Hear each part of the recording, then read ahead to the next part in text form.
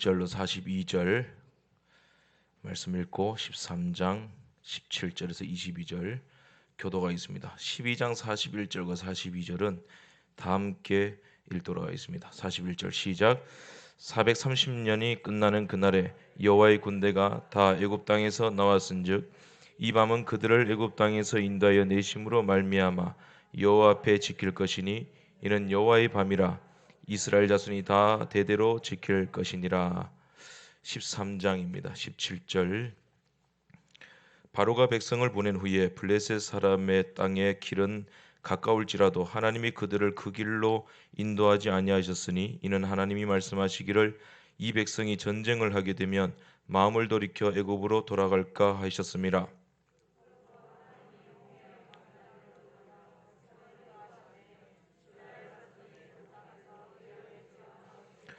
모세가 요셉의 유고를 가졌으니 이는 요셉이 이스라엘 자손으로 단단히 맹세하게 하여 이르기를 하나님이 반드시 너희를 찾아오시리니 너희는 내 유고를 여기서 가지고 나가라 하였음이더라.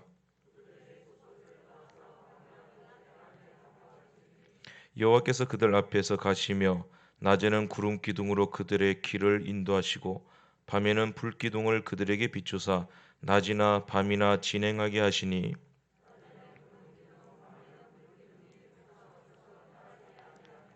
아멘.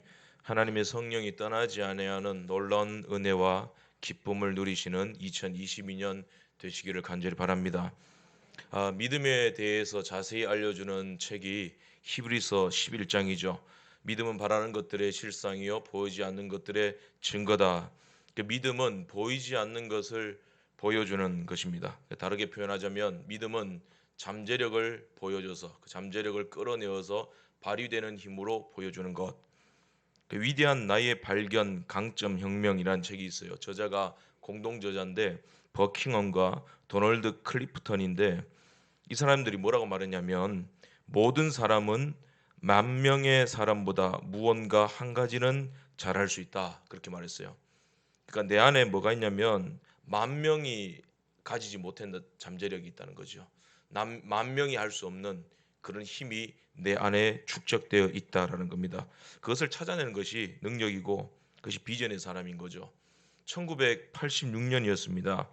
우리나라에 아시안 게임이 개최가 되었었는데 굉장히 특이한 부분이 역도 부분에서 파키스탄의 아봇이라는 사람이 있었습니다. 아봇. 그 사람이 2개의 금메달을 땄습니다. 그래서 파키스탄의 국민적인 영웅이 되었는데 재밌는 사실은 이 아봇이 원래 역도 선수 출신이 아니었다는 거예요. 전혀 상관없는 사람이에요. 건설 현장의 그냥 인부였답니다. 평범한 인부. 근데 어떻게 이게 역도 선수로 하게 되었냐면 사건이 있어요. 이 사건이 왔을 때 해석을 잘하고 기회를 잡아야 돼요. 공사 현장에서 일을 하는데 요즘 기둥을 세우자 H빔 그 H빔 얼마나 무겁습니까? 그게 갑자기 쓰러지더라는 거예요. 지나가는 사람들이 다칠 수가 있잖아요. 근데 아봇이 자기도 모르게 그 H빔을 딱 잡아버리는 거예요. 그 얼마나 힘이 세요, 그죠? 사람들 다 놀랬는데 정작 자기가 더 놀랬대요. 내가 이걸 어떻게 잡고 있지? 그러면서 사람들이 다 놀라가지고 너 힘이 좋으니까 그냥 여기서 일하는 게 아니고 너 역도 역기 한번 줄 테니까 들어봐라 그랬더니 그냥 들더래요. 더 무거운 거 들어봐라 했더니 그냥 들더래요. 그 길로 역도 선수를 했대요. 그리고 조금 단련을 해가지고 아시안 게임 때 2개의 금메달을 땄다는 것이죠. 위기를 통해서 발견하게 되는 잠재력이 있다는 겁니다. 여러분 위기를 만났습니까? 어려움을 만났습니까? 그 속에서 우리 안에 축적된 힘, 군대와 같은 힘이 발견될 수 있다는 겁니다. 그걸 준비하면서 기도할 수 있기를 바랍니다. 월트 디즈니도 생쥐를 보았을 때 그냥 생쥐, 못생긴 생쥐만 본 것이 아니라 그 안에서 미키 마우스를 보잖아요. 귀엽고 깜찍하고 사랑스러운 그런 미키 마우스, 저질스럽고 지저분한 그런 생쥐가 아니라 미키 마우스 사랑스러움이 있다 이 안에. 그러니까 히트를 치게 된 것이죠. 출애굽기를 보세요. 모세가 태어났습니다. 모세는 태어나자마자 죽어야 되죠. 근데 그 부모들이 모세를 보니까 아름답잖아요. 그 안에 잠재력이 보이잖아요. 그 안에 하나님의 사랑이 담겨 있고 또 하나님의 구원이 담겨 있고 하나님의 꿈이 있는 거예요. 성령님이 감동하신 거죠. 그러니까 아름답다. 석 달 동안 숨겨서 키우잖아요. 그러니까 하나님이 구원하시는 그 계획은 숨겨 키우는 것, 아름다움을 보고 숨겨 키우는 것, 거기서부터 시작이 되는 겁니다. 자녀를 보십시오. 주일 학생들 보십시오. 투자를 많이 하셔야 됩니다. 왜 그러냐면 그 안에 모세와 같은 아름다움이 있거든요. 꿈이 있고 또 하나님의 구원이 있다라는 겁니다. 꿈을 보는 거예요. 꿈을 보는 거. 하나님은 이스라엘 백성들을 보실 때 그들을 430년간 노역을 하던 노예로 보지 않았어요. 그들을 뭐라고 보셨냐면 너희들은 노예가 아니라 너희들은 하나님의 군대야, 그렇게 보셨던 거예요. 그러니 하나님의 군대야. 오늘 읽었던 출애굽기 12장 41절 보세요. 430년이 끝나는 그날에 여호와의 군대가 다 애굽 땅에서 나왔은즉. 성경이 뭐라고 말합니까? 애굽의 노예들이 나왔어요? 아니에요. 하나님의 군대가 나왔다. 그 51절에 이스라엘 자손을 그 무리대로 인도하여 내셨다라고 되어 있는데, 이 무리라는 말은 그 군대대로라는 뜻이에요. 그 군대대로 하나님이 이끌어 내셨다. 그러니까 아무도 이스라엘이 하나님의 군대일 거라 생각을 못했겠죠. 그 애굽 사람들도 얘네들이 그 뭐 태생은 되게 튼튼하고 강한 것 같은데 그래봤자 노예지 뭐, 그죠? 그래봤자 노예지 뭐. 그 자기들도 뭐 우리는 노예야, 꿈이 없어, 그렇게 생각했던 거죠. 근데 하나님은 아니야. 너희는 하나님의 군대야. 그렇게 말씀을 하셨다는 거죠. 이스라엘을 천상의 군대로 보셨다. 사탄을 이길 수 있는 군대로 보셨다라는 겁니다. 하나님의 안목을 배울 때 우리에게 꿈이 생겨나게 되는 거죠. 잠재력을 보는 거죠. 마른 뼈를 봤을 때 성령님의 생각은 뭐죠? 거기 가서 대언하여라. 나의 말씀이 그 뼈 속에 부딪히면 그들이 큰 군대가 된다. 마른 뼈가 아니라 하나님의 군대를 보았다라는 겁니다. 여러분, 우리 안에 하나님의 군대가 있습니다. 할렐루야. 우리 안에 하나님의 군대가 있어요. 우리 교회가 하나님의 군대입니다.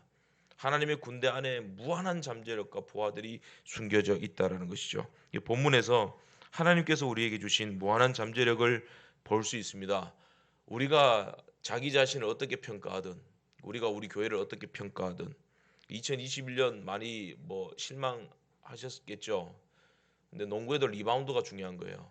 리바운드는 골을 넣는 것만큼 중요합니다. 공을 던졌는데 들어가지 않고 림에 맞고 딱 튀어나잖아요. 튕겨지잖아요. 그걸 빨리 점프해서 잡아야 돼요. 그럼 다시 공격할 수 있어요. 21년에 많이 튕기셨잖아요. 그죠? 물질도 튕겨 나오고, 그죠? 관계도 다 튕겨 나오고. 근데 믿음의 사람은 다시 점프해서 그걸 잡아내는 거예요. 그런 점프력이 우리에게 있다라는 겁니다. 세상이 어떻게 평가하든지, 상황이 어떠하든지, 지금까지 얼마나 패배하면서 살아왔든지 상관이 없습니다. 하나님의 생각은 그거예요. 아무튼 너희는 하나님의 군대야. 요즘 그 에세이집에 유행하는 시리즈가 있어요. 아무튼 시리즈야. 아무튼 뭐 싸이월드, 아무튼 메모 이런 게 있는데 그냥 40 몇 권 나왔는데, 아무튼이 아무튼 덮어놓고 상황이 어찌 되었든 네가 얼마나 졌든지 관계없어, 그 말이에요. 네가 애굽의 노예 생활을 했든지 하나님은 관계없어. 아무튼 너희들은 하나님의 군대야. 너희 속에 놀라운 잠재력이 있고 내가 너희들에게 꿈을 꾸고 있다라는 겁니다. 내가 오늘 보여주리라, 그 말씀이에요. 첫째로, 우리가 왜 하나님의 군대입니까? 어떤 잠재력이 있습니까? 우리 안에 예수님의 생명이 있기 때문입니다.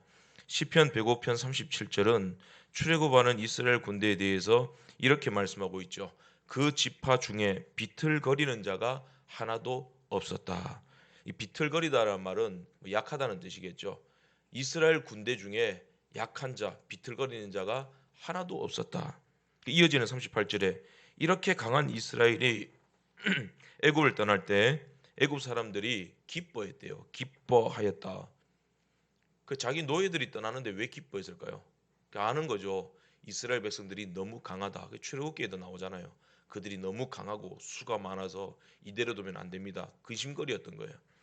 두려워했던 거죠. 왜? 약한 자가 하나도 없으니까. 그 애굽 사람들이 이스라엘을 두려웠기 때문에 뭐 더 고난을 주고, 그죠?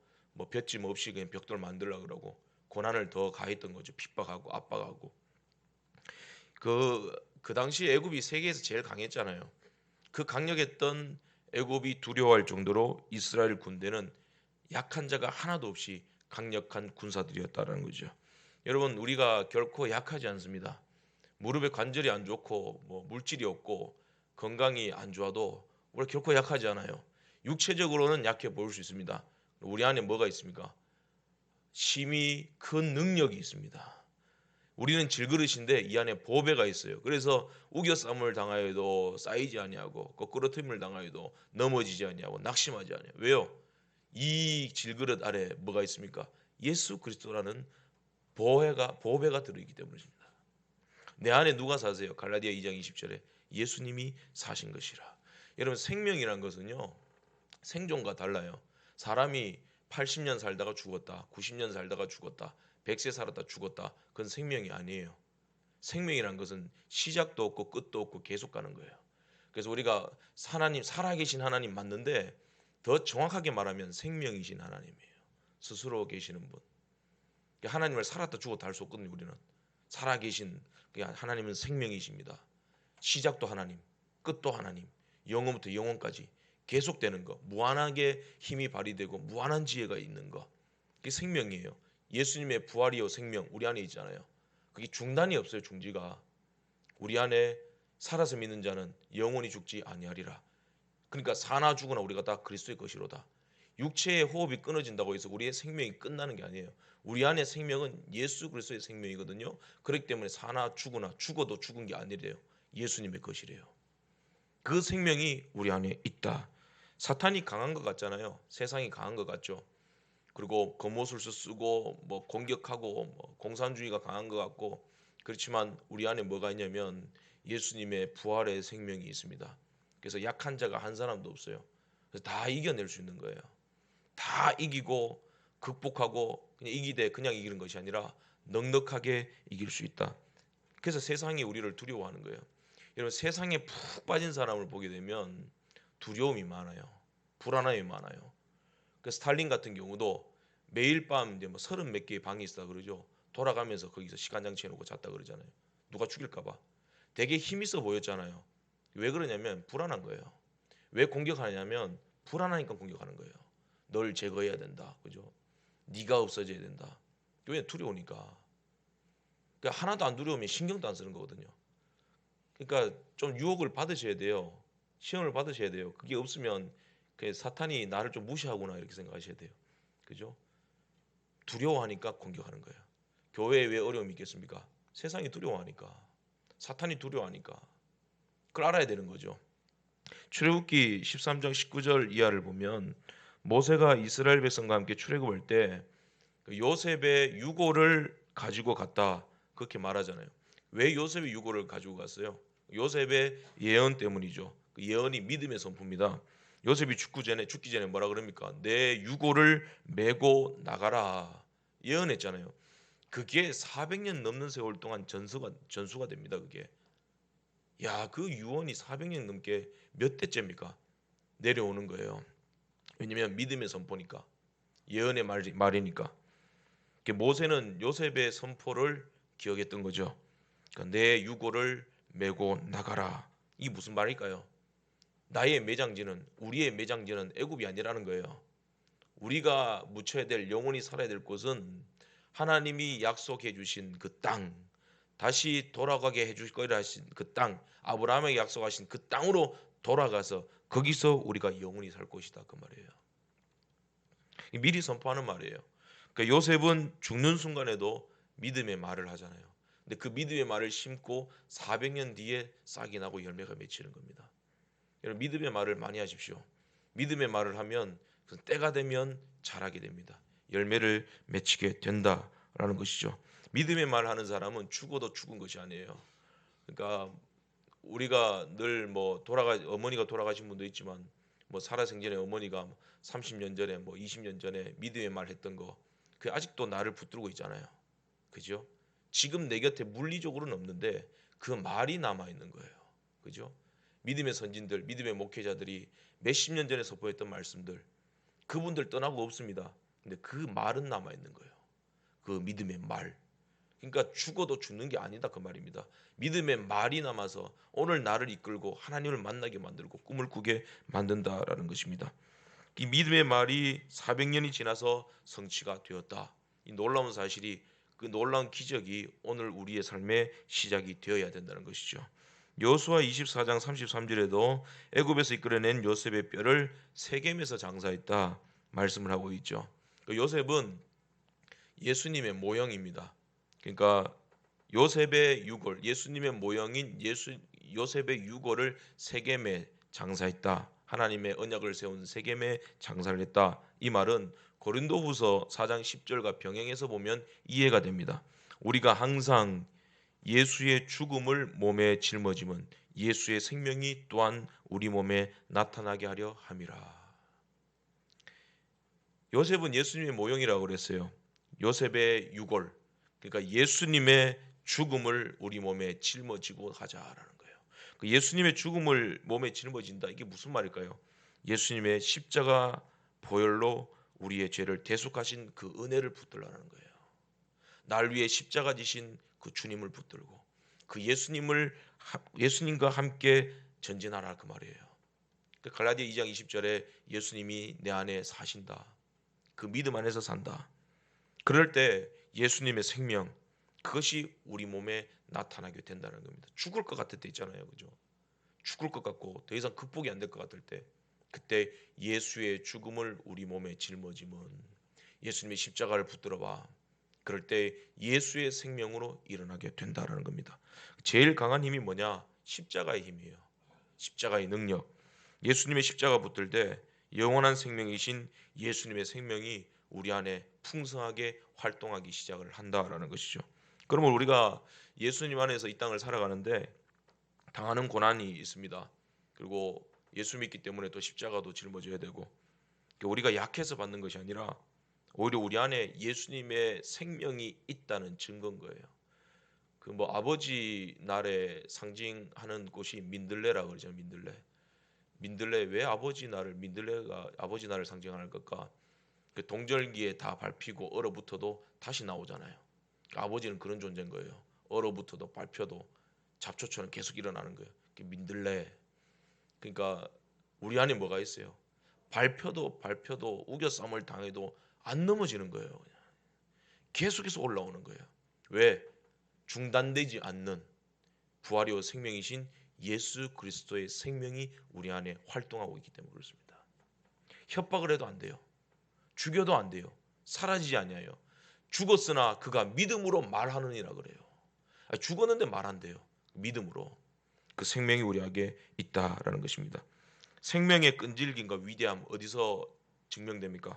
저항과 반대와 고난이 가해질 때 증명되는 거죠.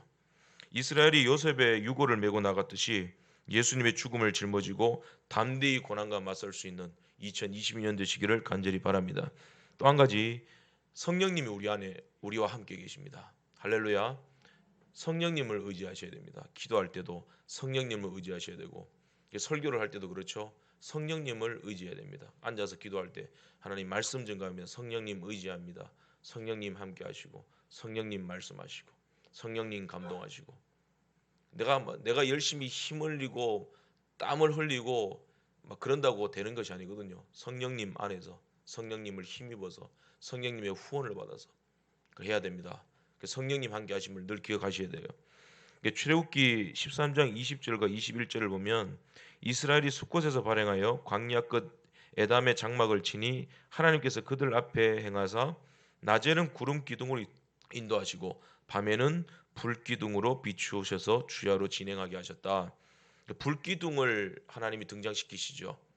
불기둥으로 구름 기둥을 등장시키시죠. 구름 기둥으로 인도를 하시죠. 불기둥은 하나님이 이제 그 성막에서 나오는 하나님 임재의 현현, 그 불꽃을 이 구름 기둥에 비추니까 구름 기둥이 반사해서 불 기둥이 되는 거예요. 이 구름 기둥인 거예요. 구름 기둥. 이 구름 기둥은 이스라엘로 광야를 횡단하도록 지시를 했잖아요. 구름 기둥이 움직이면 회중이 다 움직이고. 이게 뭘까요? 구름 기둥 인도를 따라갔다. 성령님의 인도를 받아서 갔다라는 거예요.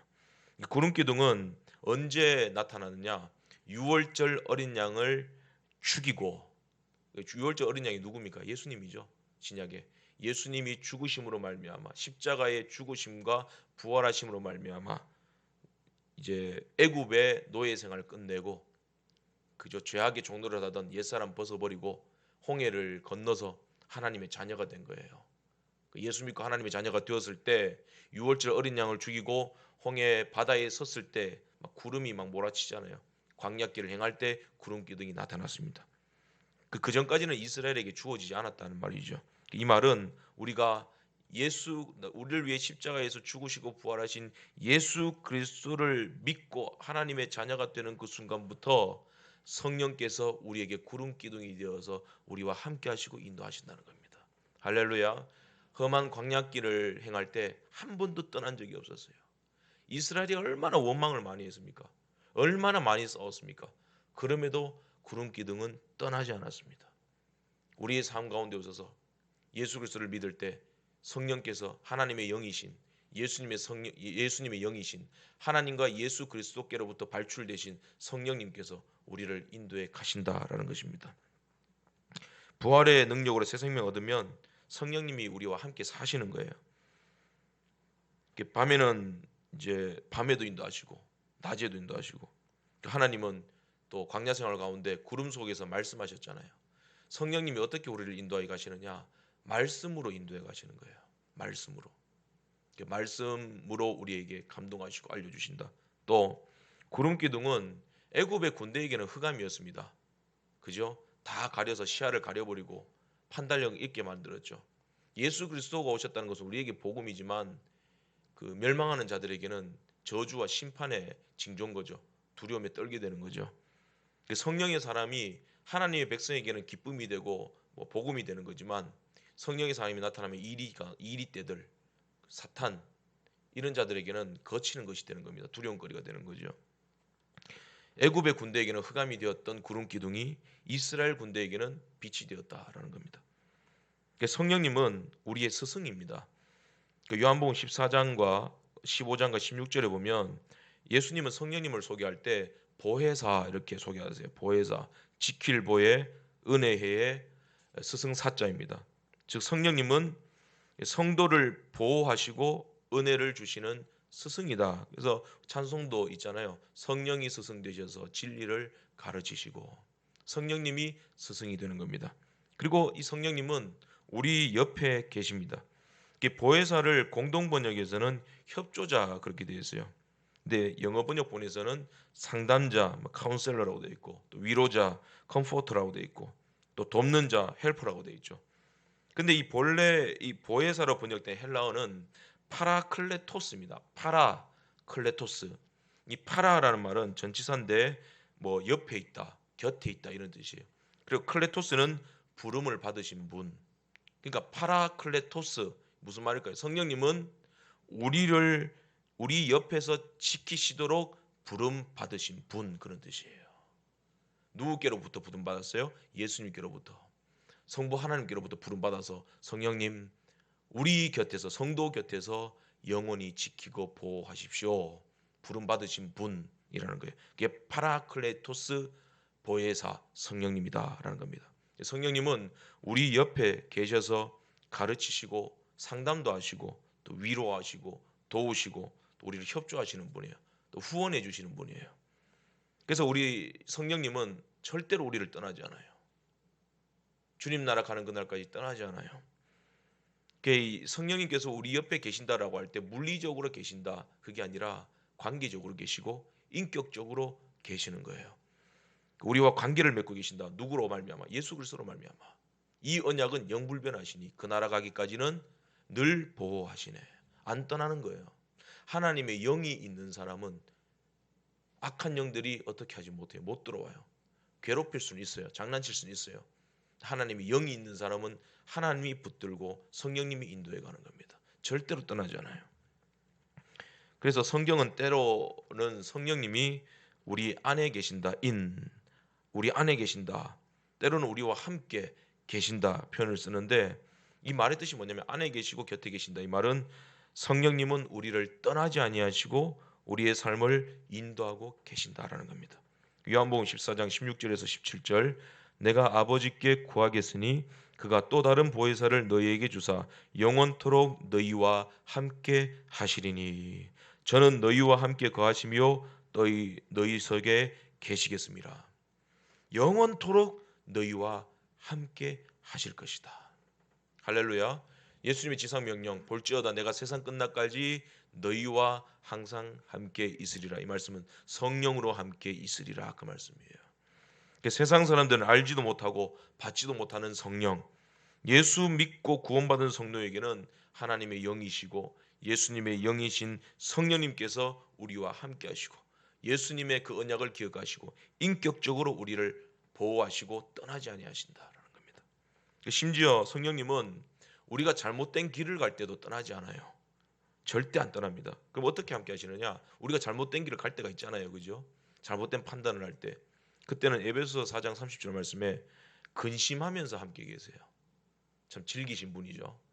그죠? 하나님의 성령을 근심하게 하지 말아라. 그러니까 하나님의 성령을 슬프게 하지 말아라. 성령의 능력이 없는 게 아니에요. 근데 성령님은 인격적으로 함께 하시기 때문에 우리가 성령님을 섭섭하게 해드리면 성령님이 우리 때문에 슬퍼하시는 거예요. 슬퍼하셔서 어떠한 능력도 행하실 수 없는 거예요. 왜? 슬프시니까. 근데 성령 충만이 뭘까요? 내가 너를 기뻐한다. 성령님이 나를 기뻐하면은 놀라운 능력이 나타나는 거예요. 그러니까 우리가 잘못된 길을 갖고 범죄할 때 성령님은 슬퍼하시면서 우리와 함께 하신다. 또 책망하시면서 함께 하세요. 책망하시면서.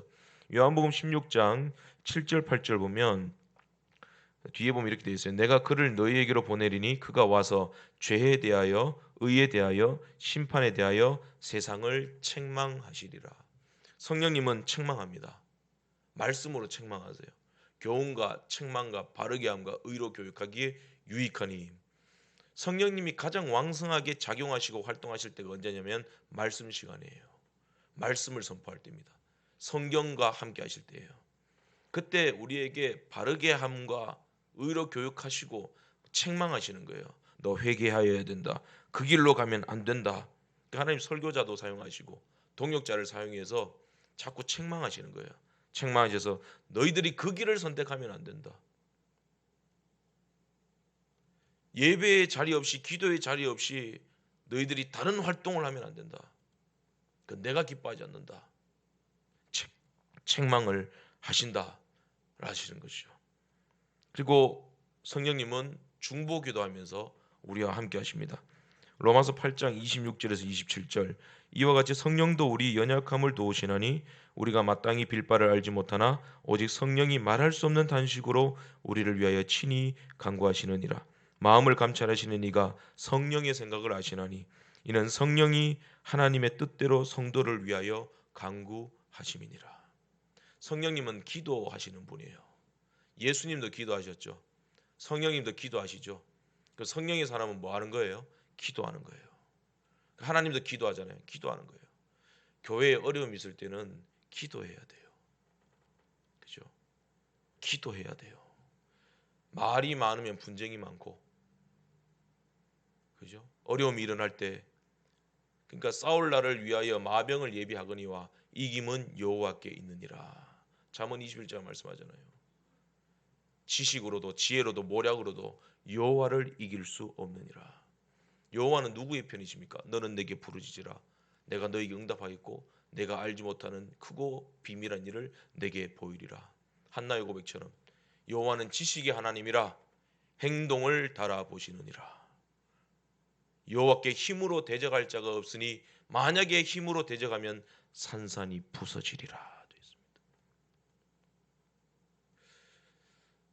기도하지 않는 것은, 기도하지 않고 덤벼드는 것은 하나님을 대적하는 거예요. 하나님을 대적하는 것은, 교회를 대적하는 것은 하나님을 대적하는 거예요. 순종하지 않는 것은 지식의 하나님 행동을 달아보신다 그랬잖아요. 순종을 달아보시는 거예요. 순종을 달아보시는데 순종하지 않는 것은 하나님을 힘으로 대적하는 거예요. 산산이 부서지는 거예요. 성령의 사람은 연약할 때, 답답할 때, 문제가 있을 때 기도합니다. 기도합니다. 성령으로 나지 않은 사람은 기도하지 않고 말을 만들고 문제를 만들어요. 여러분 신앙생활 할 때 2020년 다짐하십시오. 그 가정에 뭐 중요한 일을 결정할 때, 뭐 자녀들과 결정할 수도 있고, 또 교회의 중요한 일을 결정하고 할 때 예배의 자리 없이 기도의 자리 없이 모이려 가지 마십시오. 하나님 앞에 가증스러운 거예요. 하나님은 기도하기를 원하십니다. 말씀을 듣고 순종하기를 원하십니다. 예배 없이 기도 없이 모이는 것은 하나님이 기뻐하지 않아요. 제일 먼저 회복해야 될 것은 성령님도 기도하시고 예수님도 기도하십니다. 순종하고 기도하는 모습으로 하나님 앞에 나아가야 됩니다. 성령님은 그걸 원하시는 거예요. 우리가 때로 잘못 갈 때 성령님은 슬퍼하고 책망하고 기도하시면서 함께 하신다라는 겁니다. 하나님의 성령님은 광야 같은 세상에서 우리를 인도하시고 또 보호하시고 빛을 비추어 주십니다.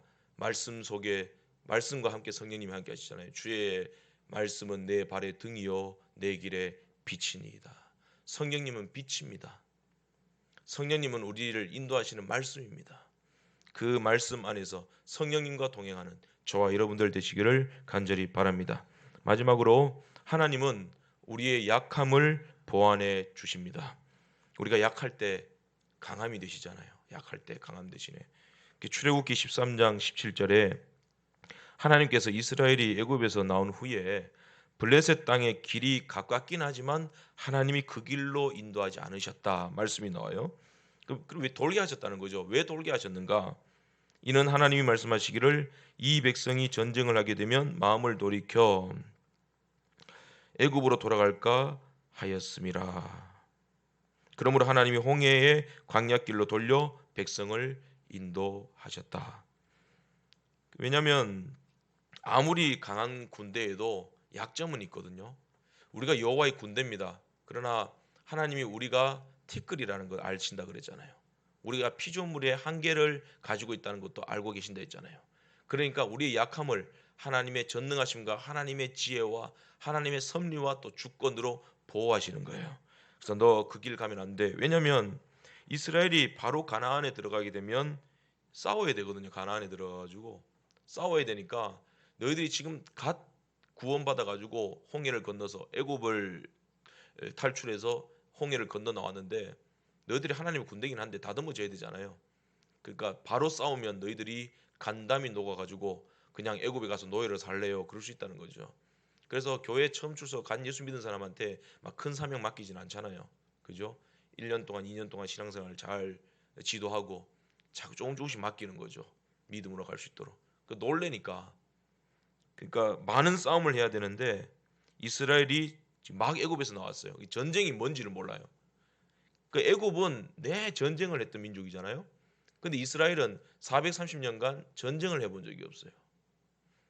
그러니까 처음부터 전쟁을 요하는 블레셋 땅으로 갔다면 이스라엘의 사기가 저하될 수 있습니다. 그 하나님이 이스라엘의 약함을 아시고 또 겁만음을 아시고 또 자신의 충분한 그 잠재력을 발휘할 준비가 못된 모습을 아시고 대신 광야길로 돌리십니다. 그 험한 광야길 속에서 단련하고 훈련하시는 거예요. 시편 105편 말씀처럼 그의 말씀이 요셉을 단련하셨다. 말씀으로 인도하시면서 광야길에서 단련시키시는 거예요. 그리고 강하게 만들고 또 하나님만 바라보는 겸손함을 훈련시키고 믿음으로 전진해 나가고 그런 훈련을 시키셨다라는 거죠. 잘 안 될 때가 있어요. 하나님의 일을 해도. 근데 이걸 기억하시 하나님 나의 약함을 아신다. 그래서 돌리시는 거다.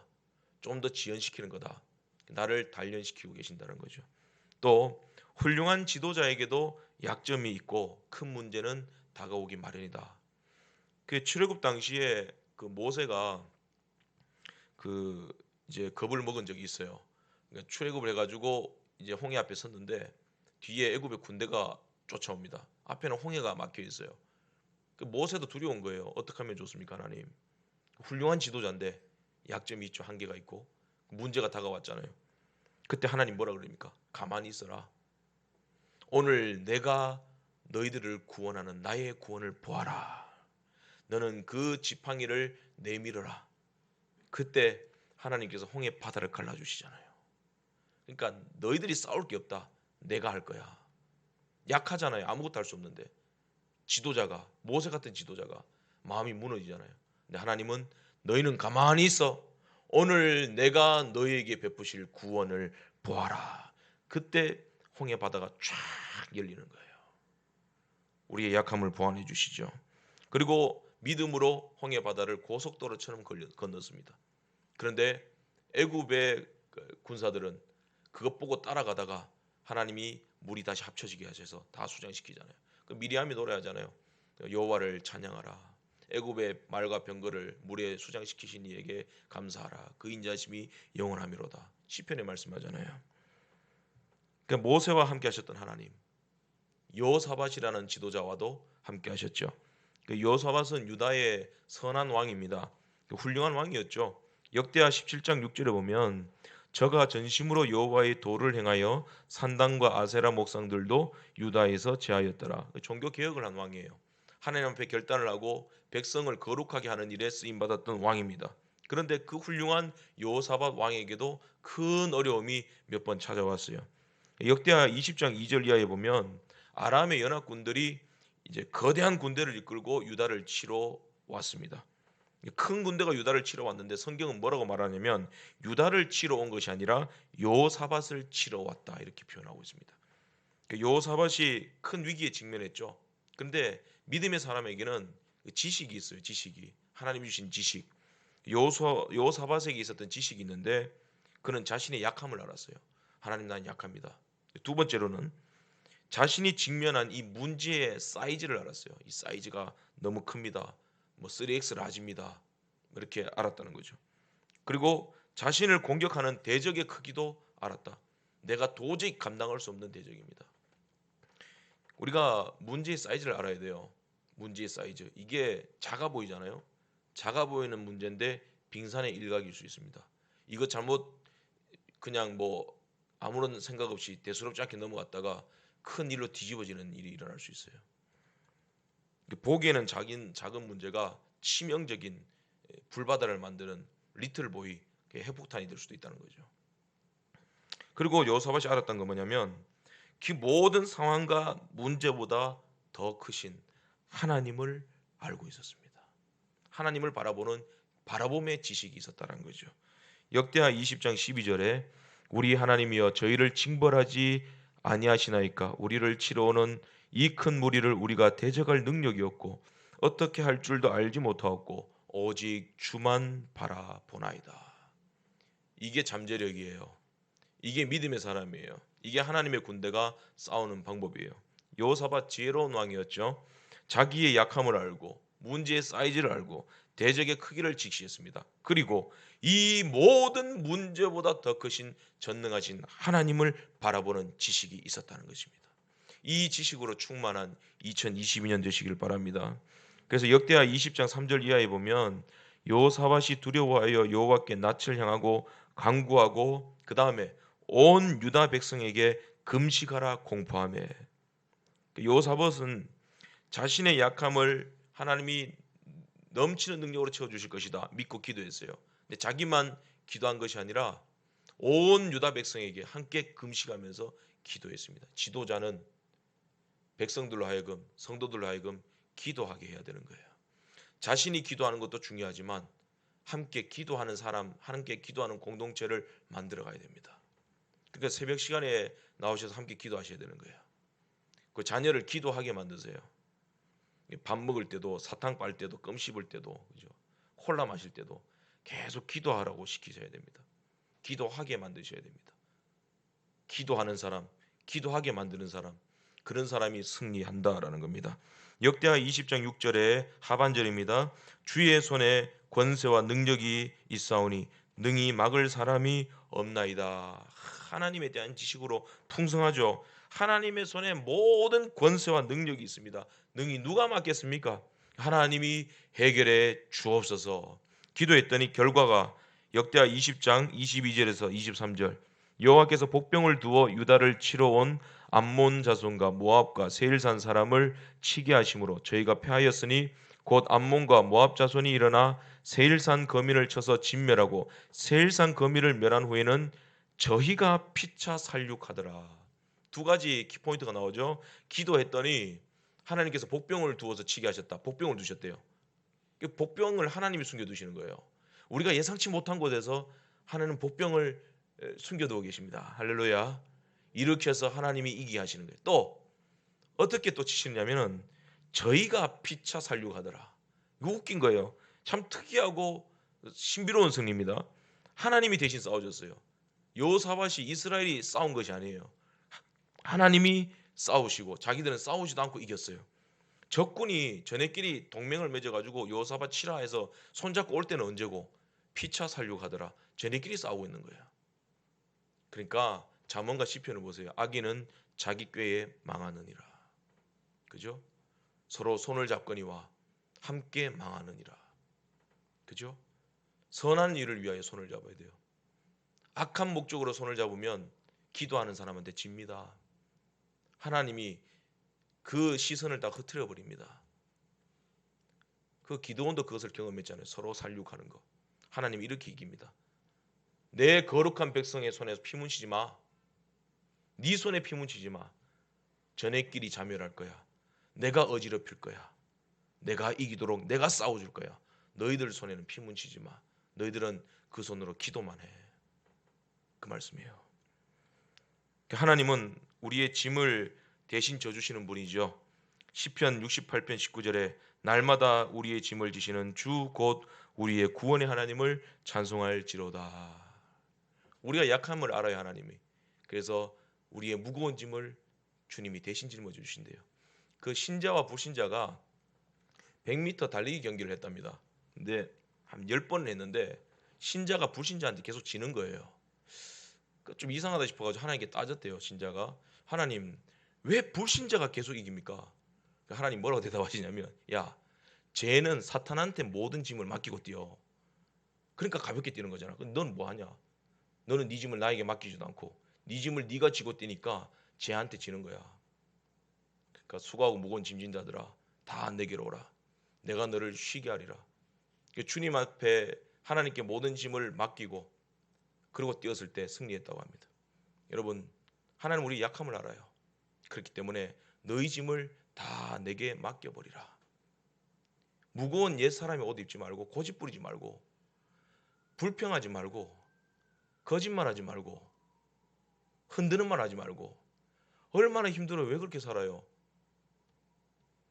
믿음의 말하고 순종하고 찬성하고 감사하고 그렇게 순종하면서 나아가라. 우리의 몸을 가볍게 해야 되는 거예요. 또 하나님은 우리의 약함을 아시고 능력을 주시죠. 큰 능력을 주시죠.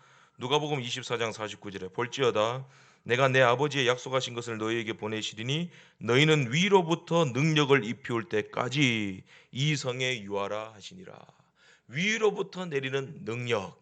골로새서도 하늘의 능력을 사모하라 그러잖아요. 하늘의 능력을 입으면 이 세상의 권세들 아무것도 아니에요. 능히 이길 수 있습니다. 그래서 큰 독수리는 풍랑이 일어나고 어려움이 있을 때는 더 높이 올라갑니다. 구름을 뚫고 더 높이 올라갑니다. 그 높은 곳에서 내려다봐야 돼요. 하늘의 능력을 내게 주옵소서. 성령님의 능력을 주옵소서. 하나님은 우리에게 큰 능력을 주십니다. 감당치 못할 시험을 주시지 아니하시고 시험을 만날 즈음에 피할 길을 예비하사 능히 감당케 하시느니라. 내게 능력 주시는 자 안에서 내가 모든 것을 할 수 있느니라. 산들은 떠나며 작은 산들은 내게서 옮길지라도 나의 인자는 내게서 떠나지 아니하며 화평케 하는 나의 언약은 너에게서 흔들리지 아니하리라. 너를 긍휼히 여기시는 여호와께서 말씀하셨느니라. 능력의 힘이 큰 것이 하나님께 있습니다. 하나님을 바라보고 하나님이 주신 능력으로 모든 어려움을 이겨내시기를 바랍니다. 어린 왕자의 저자 생텍쥐페리가 이런 말을 했어요. 만일 당신이 배를 만들고 싶다면 사람들을 불러 모아 목재를 가져오게 하고 일을 지시하고 일감을 나눠주는 등의 일은 하지 말아라. 대신 그들에게 저 넓고 끝없는 바다에 대한 동경심을 키워 주어라. 이게 비전과 관리의 차이예요. 하나님께서 배를 만들라 할 때 하나님 돈이 어디 있어요? 사람이 필요해요. 사람 주세요. 목재 주세요. 어디서 어떤 일을 할까요? 일을 지시해 주세요. 시간이 어디 있어요? 누가 이 일을 감당합니까? 전문가가 어디 있습니까? 하나님. 뭐 주일 학생 사역의 전문가가 어디 있습니까? 찬양의 전문가가 어디 있습니까? 그게 아니라 내가 관리하고 분석하고 해결하는 것이 아니라 꿈을 꿔야 되는 거죠. 꿈을 꾸고 나눠줘야 됩니다. 하나님, 나는 약합니다. 목재도 없고 뭐 가진 것도 없고 전문성도 없지만 노아처럼 배 지으라 하시니 하나님이 도와주실 줄 믿고 나의 모든 약함을 채워주실 줄 믿고 그냥 나가겠습니다. 하나님이 나의 꿈입니다. 나는 오로지 저 앞에 하나님이 펼쳐주실 저 넓은 바다를 향해서 나가겠습니다. 꿈이 있어야 됩니다. 요셉처럼 꿈꾸고 모세처럼 능력의 지팡이를 의지하겠습니다. 고백하고 저 넓은 바다로 나가야 되는 거예요. 여러분, 꿈을 꾸세요. 자꾸 상황 보고 분석하고 해결하려 하지 마시고, 해결은 하나님이 하시고 나는 꿈을 꾸는 거예요. 넓은 바다를 바라보는 거예요. 할 수 있습니다. 믿음으로 나가는 거예요. 하나님이 도와주옵소서. 돈, 능력, 사람, 전문가 필요하세요? 이미 충분합니다. 더 이상 노예 근성 버려야 되죠. 나무 주세요, 돈 주세요, 재료 주세요. 아니에요. 충분히 감당할 수 있습니다. 납득이 가지 않아도 좋습니다. 아무튼 우리는 하나님의 군대입니다.